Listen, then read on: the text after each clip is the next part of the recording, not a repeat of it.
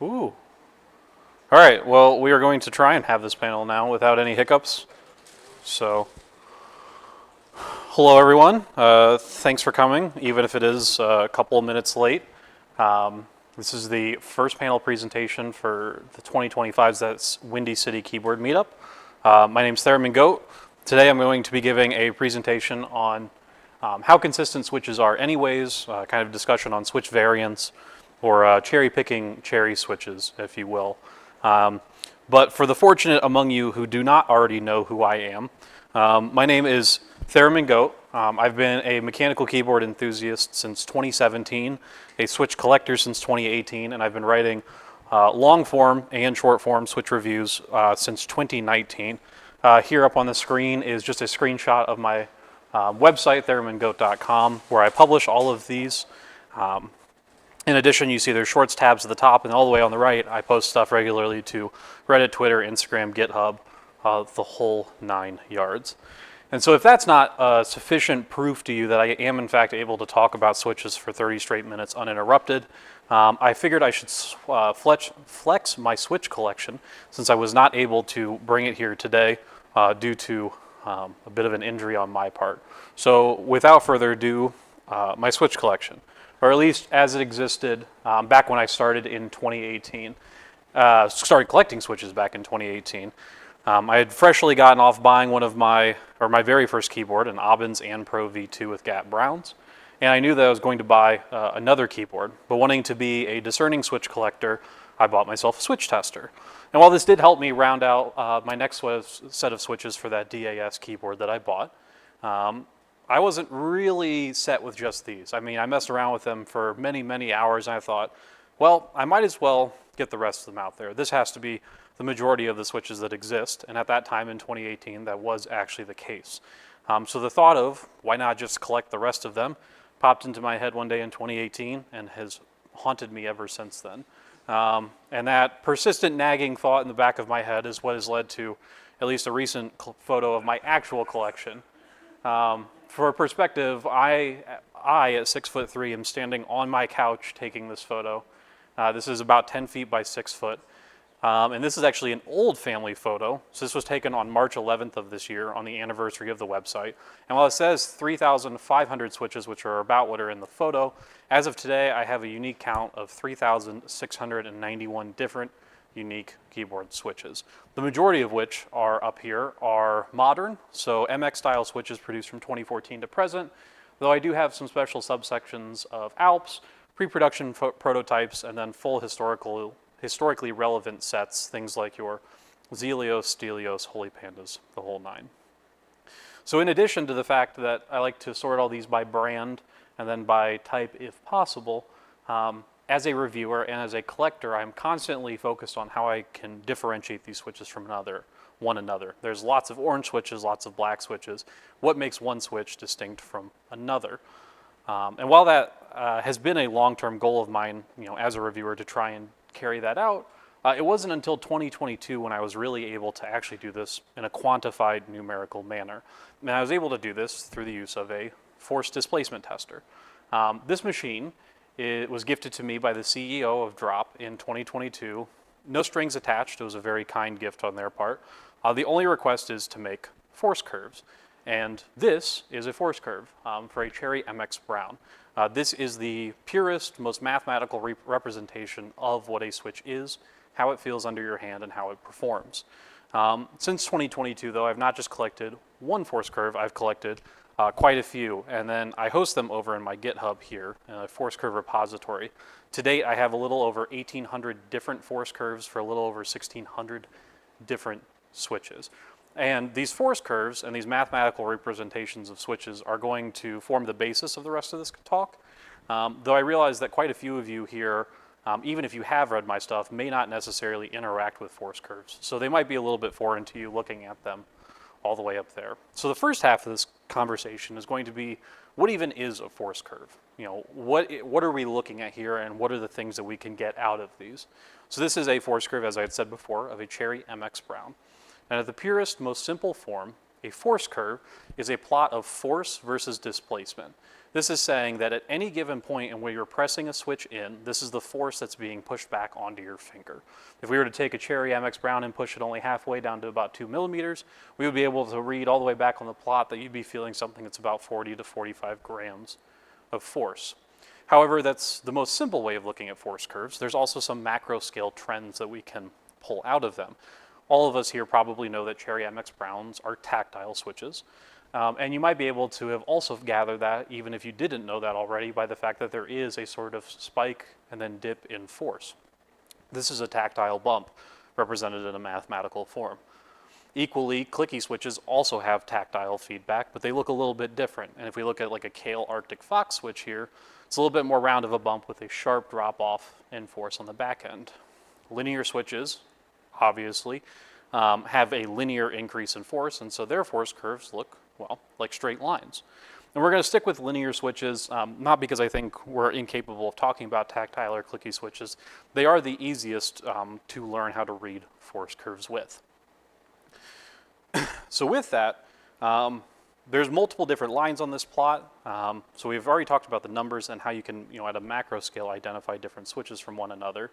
But you're already looking here and you see, well, there's two lines, one labeled downstroke and one labeled upstroke. What exactly are those?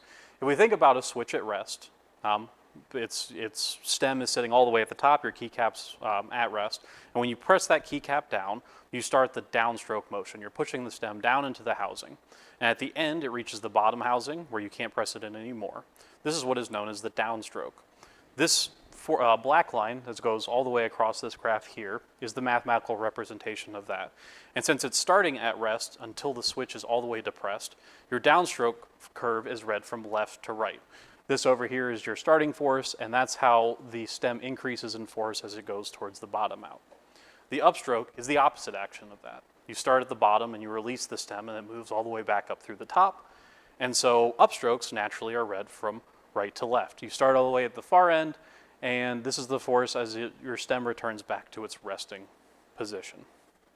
Now I'm sure at least one of you are kind of held up on a statement I had made maybe a slide ago about the fact that linear force curves are, well, linear. I see three lines here. What exactly is the deal with that? Well, these three different regions of lines that exist are actually different regions of a force curve as well. As we had pointed to, this is where your switch starts in its resting position, and so this is effectively the start. This is the, at least on the black line, the minimum amount of force that it takes for you to get the switch moving. If you go and take like a penny or a quarter or something like that, you could probably set it on any keyboard upstairs and the switches are not going to depress. But if you stacked an entire roll of pennies or quarters on top of it, that would be enough force to get it going. So in this instance, this Cherry MX Black switch, it takes about 40 to 45 grams of force for you to get it moving. At the opposite end of the stroke, which you might have been able to put together, this is the end or the bottom out. This is where you've pressed your stem into the bottom housing and it's not really going to move anymore. It's interesting to note that this line isn't perfectly straight up and down because there is a little bit of flexing between two plastic pieces when you try and push them together. But for all intents and purposes, that's where your force spikes and you're not going to get really anything more out of your switch. And so that leaves everything in the middle here as effectively the stroke. For linear switches, this is your linear region. For tactile bumps, this is your tactile bump region. Anything of interest is really discussed here in this section. And now to bring that all together before we move on to a slightly more complex topic, I'll leave you guys with a fancy GIF of a Cherry MX Black that should hopefully bring this all together. And I'll take this as an opportune moment to take a drink of water. But imagine as your stem is starting at the top and depressing, you're moving from left to right hand side on the graph, and then back again. From start through the stroke region toward bottom out. So now that we understand how to make sense of force curves and how they read, there's a lot of cool things you can do when you plot a bunch of force curves together. One of the things that I've heard throughout the years of me collecting switches, reviewing them, and even prior to me getting a force curve tester was, all linear switches are the same. I wholeheartedly have disagreed with this since day one, even before having a force curve tester. But since we have a mathematical way to look at switches, we should be able to see that. We should be able to actually see if they are similar or not. So in order to do this, let's just take three linear switches that exist from the same manufacturer. We'll say Cherry, an MX Red, an MX black, and an MX linear gray and plot just their downstroke force curves together. And when we plot those three together, we see that they in fact don't look really all that similar at all. They definitely all go for about 4 millimeters of displacement. They all seem to start at more or less the same place and end at the same place, but those curves don't overlap. So something about these linear switches is inherently different, and we can see that. Being an engineer and forever trapped in data processing of my own, one of the neat things we can do when you have a linear set of data is do what's called a linear regression. It's basically fitting a mathematical model for a line to the slope that we're seeing here. And to rocket us all back to high school math, for those of you who haven't had to use it in a while, these are the equations of lines for our MX red, MX black, and MX linear gray. Classical y equals mx plus b form. But when plotted out mathematically like this for the stroke regions, what's interesting is that we can highlight the slope. These numbers in green here represent the gram force per millimeter of displacement increase you see in these switches. And so while we can already intuitively see that the MX gray line is steeper, we can quantifiably say that the MX gray line is in fact almost twice as steep, if not more than twice as steep as our MX red, increasing at almost 15 gram force per millimeter as opposed to 6 or 7. Another number that I've tossed up here as well is what is known as an R squared value. Again, to torture us all with some basic mathematics, R squared is a statistic value. This is effectively how good your data fits a line. An R squared value of 0 is nonlinear, wavy, all sorts of inconsistent data, whereas an R squared of 1 is a perfectly mathematically straight line. Can't get any straighter than that. And so we see here that at least these three cherry switches are pretty close to each other in terms of straightness, 0.99 and a couple of numbers afterward. But the fact that I've chosen to highlight this should probably tell you that that's not always the case with linear switches. And if we pick a different set of 3 linear switches, say a Gatoron yellow, a Faker white marble, and a KTT purple moon, all of a sudden their R squared values aren't 0.99 something anymore. For a Faker white marble, it's actually even straighter than a cherry MX switch. But then our KTT purple moons at the opposite end have an R squared of almost 0.8, and they just look ungodly wavy throughout their stroke. So what's interesting is that when you have two sets of numbers, we have our linearity, or how straight a set of data is, and our slope, we can plot one of those on one axis, the other on the other axis, and effectively get a 4-way plot of linearity. On the vertical axis, I've chosen to represent this is our straightness, from very wavy stuff at the bottom to very straight stuff at the top. And going across, we have our slope, very flat switches to very steep switches that kind of rise up in force quickly. And what's neat is when you do this, you can set all 4 of your linear, or all types of linear switches into 4 effective categories. You have steep and straight switches all the way in the top right-hand side, and all the way down by me, we have very flat, wavy ones. Taking all of those 6 switches from the previous slide, we can then plot them up here and have a way to visually compare, at a quantitative scale, all these different switches that exist from one another.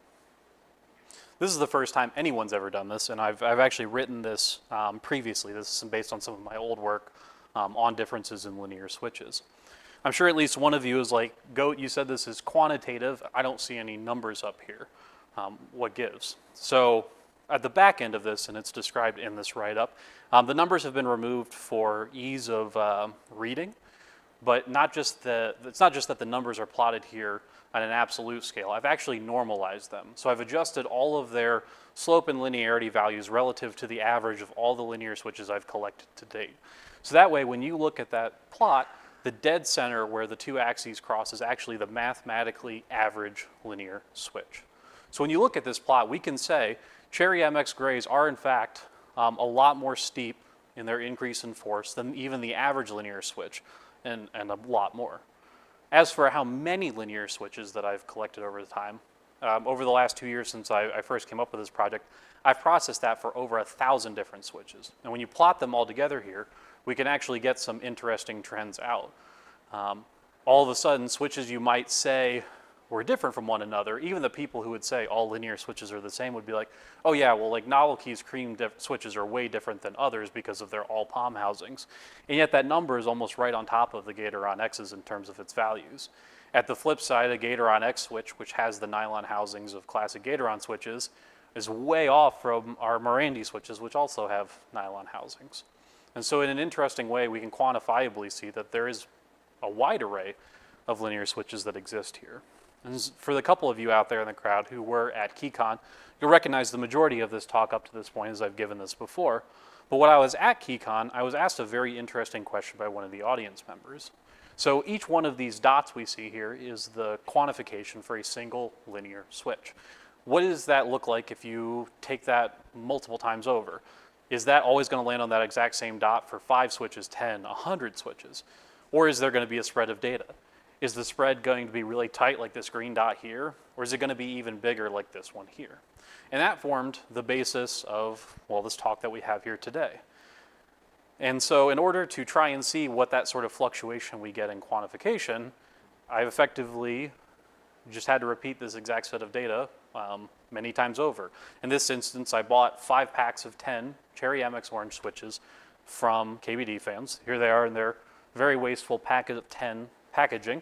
And I took them all, put them out here onto a plate, and then collected the force curves for each and every single one of these for us to talk about. How mathematically consistent is a batch of 50 Cherry MX Oranges that we've just bought off the shelf? Well, before we get into that, though, it's probably useful that we even look at what a Cherry MX Orange force curve looks like. We're going to start with our number 1, which is all the way up there in the top left-hand corner. Behold, the linear force curve. Very simple, but some of our interesting things we've talked about in the previous slide should come through. They're definitely straighter than something like our KTT Purple Moons, but there is a little bit of waviness that exists in them. They travel about 4.015 millimeters to the end there, and they bottom out somewhere around 65, 66 grams of force. This is an actual force curve for that switch, and I think Cherry markets these as going 4 millimeters of displacement and bottoming out at 65.5 gram force. So this is a pretty representative of the average. But what does that actually look like when we have a real set of data? You know, companies aren't always necessarily the most truthful when it comes to the data on their material. So looking at just this total stem travel distance here, this 4.015 millimeters, what does that spread look like for 50 switches? Well, it looks like this. Now, this does look like it's a pretty, wide spread of data, but before you think about that too much, I want to emphasize that this axis is from 3.9 millimeters of travel up to 4.1. This entire plot here is only 0.2 of a millimeter of stem travel distance. Plotting our averages and standard deviations onto this plot, we see that literally 49 out of 50 switches fall within 2 standard deviations, which not only mathematically makes sense, but shows that these are in fact a pretty representative good batch. And they're only moving at most 0.02 of a millimeter on a standard deviation. Question. Measurements do you do for each switch? Is it just... So in this instance, it was just one force curve. I will do some replicates here toward the end and you'll see that, but this is just one measurement of each of those. Yeah. Overall, regarding like the waviness of different switches, is that necessarily indicative of a manufacturing quality, or is that a deliberate design choice to have that sort of variation?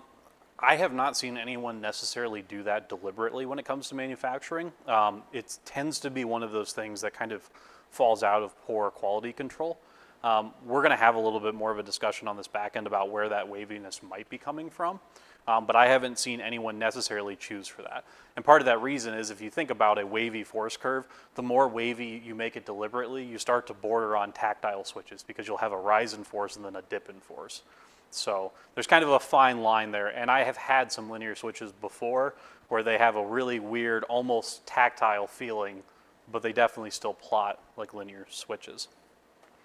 I do also want to emphasize how impressive it is that the standard deviation is only 0.02 of a millimeter here, because these tolerances that exist for stem travel are not just a function of the stems being injected, but also the bottom housings. If those two parts vary to any degree, that's what changes this.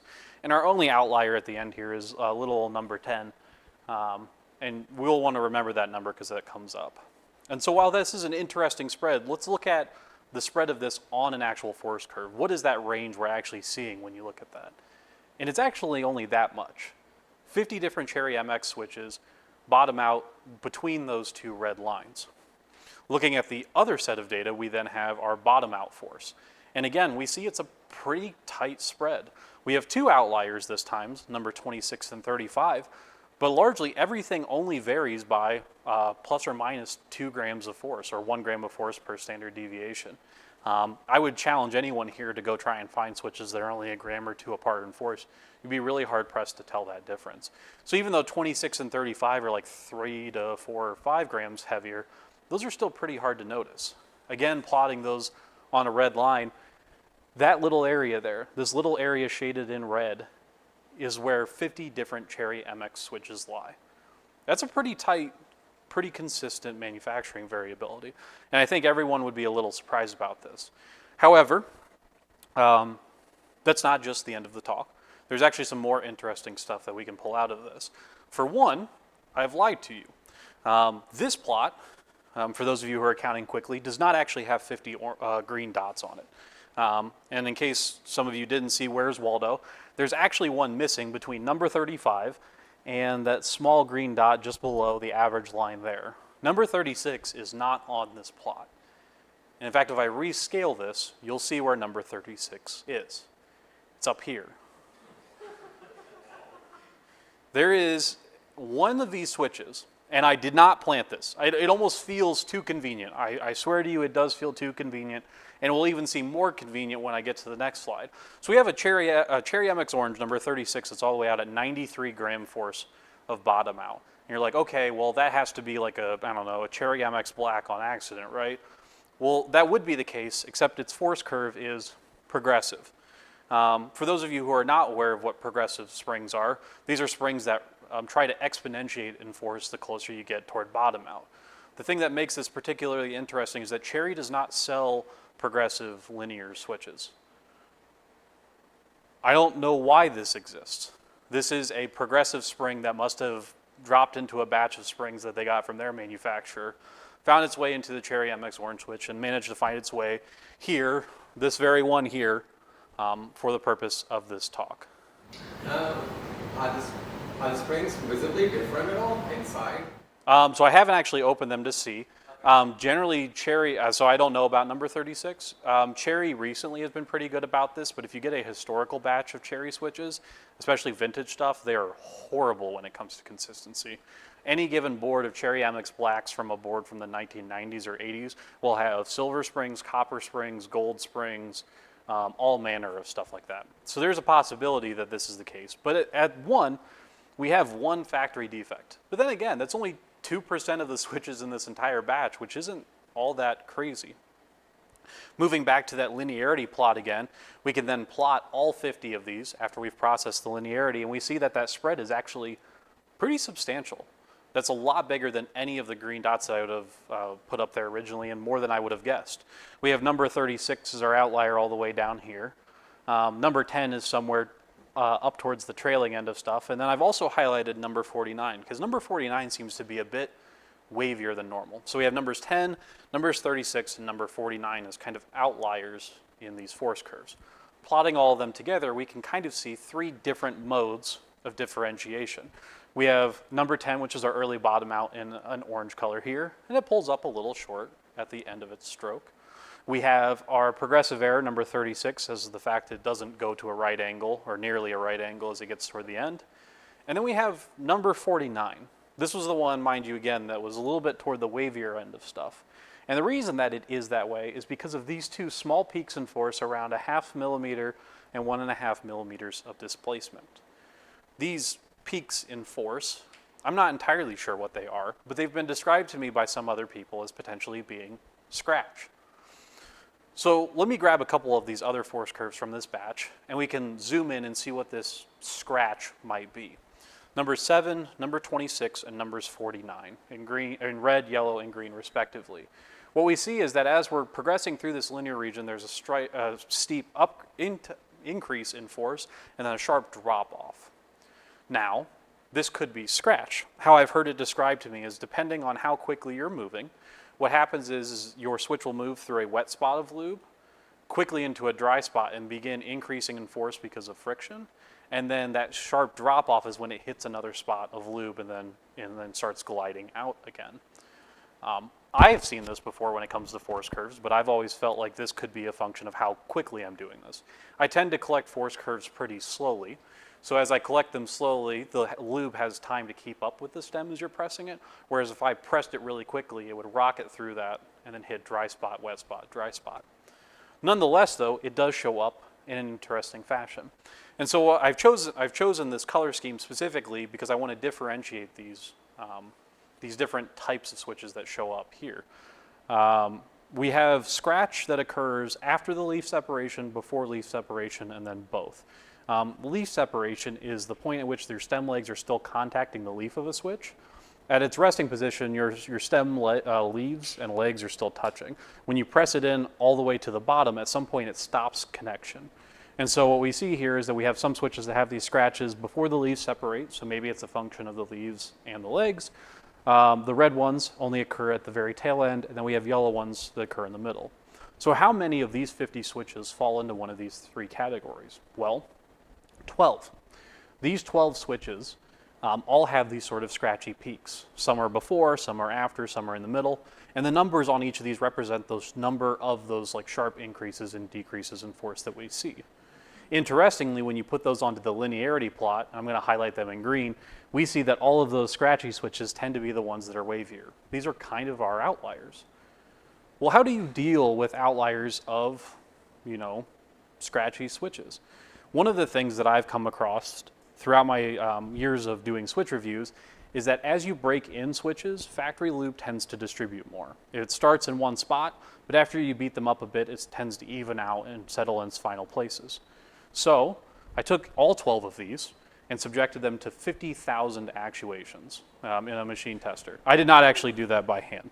But before we did, though, I wanted to be a good scientist and actually remeasure everything. Make sure that these are actually showing up and not just a function of the speed at which I'm collecting stuff.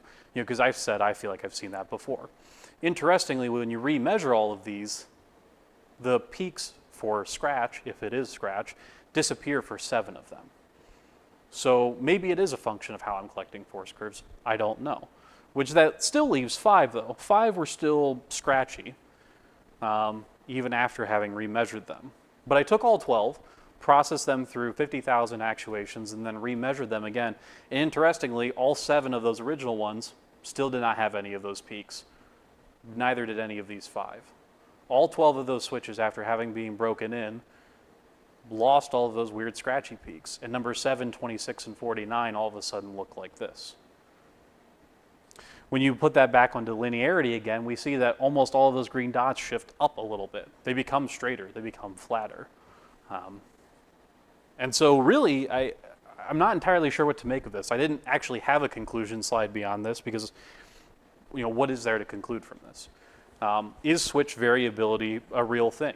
I mean, yes. Everyone's tried a batch of switches and had to throw out 1 or 2 before. But then again, if we pick a representative batch like this, maybe we're just really picky. Our tolerances seem to be pretty tight. Manufacturing seems to be pretty close. Sure, you may have a factory error that shows up, but 95% of your switches in any given batch are good. And those that even stand out, if you want to argue scratchy, well, if you just give them a little bit of love and care and use them, they seem to come right in. I think this opens the door for a lot more questions about switch variability, measuring them, what this looks like for other manufacturers. But this is the first time I've seen anyone do this. So I think it's an interesting look into the fact that it does exist. We're not all crazy, but we may be just a little bit crazy when it comes to our preferences. So with that, I would like to end the conversation on that. Or actually, I guess we'll start the conversation. I'll end the monologuing, if you will. So, yeah. That's why the cherry data sheets have such wide tolerances for their operating forces, because isn't it like 10 or 20 force on the I haven't looked at any of their recent stuff. I know some of their older, so the question, in case that didn't get picked up, was do you think that's why tolerances are listed as so wide on cherry switches?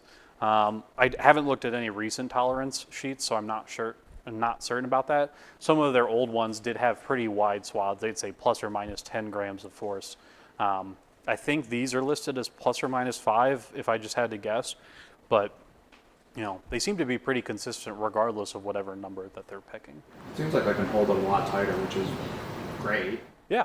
Well, they hold them a lot tighter now where these are manufactured. For those of you who did not see any of the news recently, Cherry is opening a production facility in China. So not to say anything about Chinese manufacturing, because that's where all switches are manufactured, but we'll see if their tolerances adjust from being one of the only companies that produce switches outside of China to kind of falling in line with the standard for switches in the future. all the way in the back, yeah. What was the method you used to do the 50,000 actuation? You're not doing it by hand. No. So I actually, so that was a good question. How did I actually actuate them for 50,000 actuations? You can buy break-in testers. These are usually machines that have some sort of rotating motor, some sort of arms, and then you'll load switches into a plate, and then it just kind of presses them against a wall of something. I have had a couple of different ones that I've burnt out over the years, but this one model I have, it's something fierce. It goes at like, I think it does like 20,000 actuations per 20 minutes. So yeah, like 1,000 actuations a minute or something like that. I have like a. Yeah, but I was gonna say most switches we read are like they're good for up to 2 million, 3 million, 4 million actuations. Mm-hmm. Have you thought about measuring a brand new switch versus one that's been used the 4 million times? I know it probably would take some time, but I'm wondering what sort of wear and tear we would see from the whole. So for those of you on camera or watching this recording later who didn't hear, the question was a very good one. Switches are rated for tens, 50, 100 million actuations. You're actuating this 50,000 times. Have you ever looked at switches that are 1 million, 2 million, 3 million deep in their actuations? Measurement-wise, unfortunately not. Although, interestingly, I do have some anecdotal experience with this. Back before I started in mechanical keyboards, I had a buddy who was into gaming, so he had a Cherry MX Black keyboard. And I remember asking him for my initial suggestions, and I think he recommended brown switches over black ones. That keyboard he was using almost 8 years ago, he's still using to this day. And it was an old gaming one. It has like a rubber W key or something like that, which he has actually melted. Like it's through to the second shot at this point. But what's interesting is that, and he's a heavy gamer as well, his W, A, S, and D keys on his Cherry MX Blacks are by hand half as heavy as his function keys that are unused. So when you start actuating switches out to like beyond the midpoint of their life, which I think we've calculated is a reasonable place where he's at, yeah, there's pretty substantial wear and tear. Unfortunately, because of how these machines break in and how slow they do relative to the lifespan of a switch, I haven't measured that. I also didn't say, when you're actuating anything at 1,000 cycles per second, it's loud as all hell. I have to put this in another room with like a clothes basket and a bunch of blankets over top of it just to like not give myself a headache. I'm sure my upstairs neighbors aren't a big fan of me when I run that either, but yeah. So it's a very good question, but unfortunately I haven't done that yet. Maybe I'll have to find some way to set that up here soon. Another question, yeah. So another question, you mentioned doing good science and testing switches multiple times. As you test new switches, you did observe quite a bit of variability in those outliers. What about for broken switches? Do those become more consistent after break-in? Ooh, so the question is, the question was focused on the fact that stock switches have some variability. Do they get more or less consistent when they're broken in? I don't know. That's actually a really good question. All of my switches that I do full-length reviews on, I do take measurements of them. I take measurements of 3 stock switches, and I take measurement of each of the broken-in ones as well. I've been doing that for probably 30 or 40 reviews at this point, so I have the data. It's just not something that I've looked at. Part of that is because I'm always working on writing stuff. I'm always working on collecting data. I wish I had, I'm sure I could probably take a month off of work just to actually do full-time work on the switch reviews and the keyboard data, and I probably wouldn't even get digging on the hole that I'm in at this point. So, yeah, another question. Considered, with all your findings, publishing a book that has all the info you've collected versus just being articles online? So this very kind person over here has reminded me of my shortcomings as a writer and not publishing a book. If I ever thought about writing a book as opposed to just articles online, I have considered the thought. Part of the thing is, though, is I'm not entirely certain in what form that would be. One of the reasons that I like the articles I do is that they give just enough chance for me to touch on like the history and connect some of the switches to the larger thing, and then describe some of the interesting stuff that shows up. For a book, I'm not sure how many people would care about a book about the most recent random switch that comes out. And then on the flip side, you have stuff that are like Cherry MX Blacks, that it's like, where do you start in the history of that? This is a switch that's been being produced since 1983. I mean, there's hundreds of thousands produced per, week, probably millions upon millions over the years. I'm not entirely sure what I would write a book on. I think it may also be interesting, though, to also just write a book on exploring switches from my end. When I started collecting switches, there were a couple of people before me who had collected, but I started collecting about right at the start of 2018, where all these custom switches took off. So the entirety of my collection I look at, and I have like the hard history of collecting the switches, but I see milestones in the community. And I don't know if anyone would want to actually read a book on that, but that is a consideration I've had for a book as well. Again, mind you that I'm also never going to dig out of the article writing hole that I've made for myself. So thank you for reminding me of my shortcomings. Any other questions? I guess, yeah, about the talk, or even just force curves, switches, anything else? I am here, I'll be floating around, so. Does lubricating the switches versus unlubed affect that sort of force curve or the consistency? Sure. So the question was, do lubing switches affect your consistency, your force curves, any sort of the measured quantities? Again, it's something I've not done, and it's something I would like to do at some point. It's possible. I mean, I'd imagine it at extreme. If you like really loaded a switch up with lube, it has to affect its force curve in some way. But does a heavy-handed, lubing aftermarket change that? I'm not entirely sure. Then again, I may point back to just how consistent these switches are even with factory lubing. And with Cherry switches, they tend to have a pretty heavy amount that's not pretty well applied at times. So maybe that variability exists. Maybe it increases as you do that, but I haven't unfortunately done any data on that yet. Again, perpetual hole digging that I'm trying to get myself out of. Yep. Did you set out to become an authority on this, or is this just something you fell into the rabbit hole of? So yeah, the question was, did I seek out the awesome ability to say that I'm the expert on this? No. No. So I guess to explain how I even ended up writing in the first place. So I started collecting switches in 2018, right before the explosion of everything custom.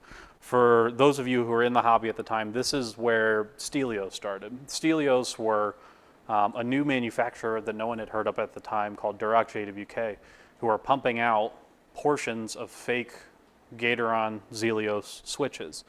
And where my interest started was I had made I think I had made like a soft review for a switch before this too, so it wasn't my very first article, but this was like where I took it kind of seriously. I wanted these Stelios. I wanted one of each of the fake Zeal switches for my collection. And every time I would ask someone who said they had them on Mech Market, they'd send me a photo and it would just be normal Zelios. And this happened maybe 2 or 3 dozen times.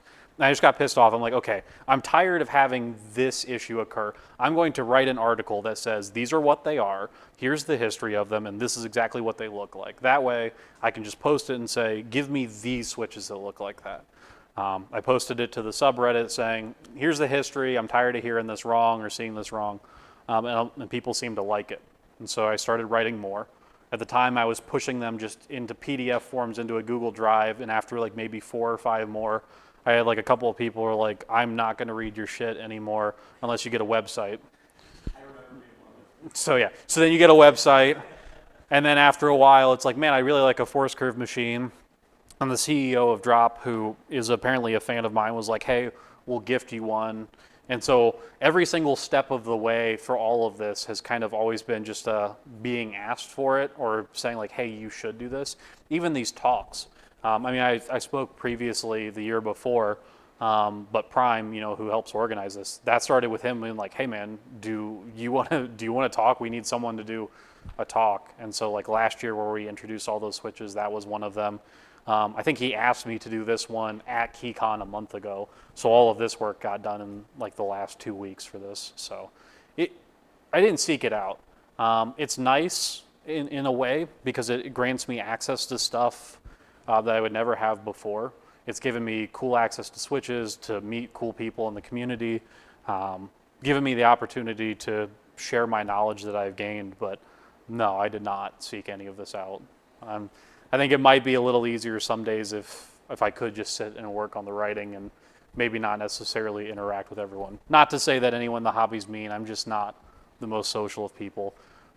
I'll probably leave this and not talk to anyone again for like 2 weeks. So, anyone else? I think we got about 5 more minutes if anyone else has any questions. Or if not, I'll be upstairs. Switch Oddities has most of their collection upstairs that's not mine. But we have I think it's like a 90-ish% overlap. Let's put it this way, if you put mine versus theirs, you wouldn't be able to find the differences between them. So it's probably just consider that mine as well. So, all right. Thank you, everyone. This was fun.